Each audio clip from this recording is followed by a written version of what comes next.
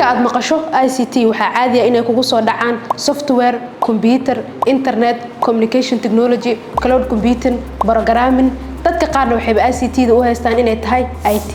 ICT waxa laga soo gaabiyay Information and Communication Technology oo af Soomaali ahaan ku noqonayso tiknoolajiyada macluumaadka iyo isgaarsiinta. ICT waa mid kamid ah waxyaabaha ugu muhiimsan nolosheena maanta. waxay hormarisaa ama naga caawisaa sidaan u shaqeyno, sidaan ula xiriirno dadka kale, sidoo kale waxay fududeysaa isgaarsiinta, madadaalada iyo helitaanka xog muhiim ah.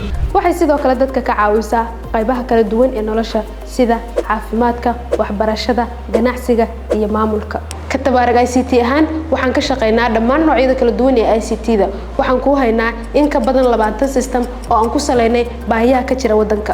sidoo kale waxaan bixinaa adeegyo ka mid yihiin software solutions, mobile app development, web design and development, network solutions, professional emails, domain iyo hosting. ha ka reebin Tabarak ICT store oo aan macaamiisha ugu diyaarinay productyo kala duwan sida network devices, security devices oo ay ka mid yihiin CCTV camera iyo qalabkeeda oo dhameystiran, POS devices and printing papers iyo IoT surface.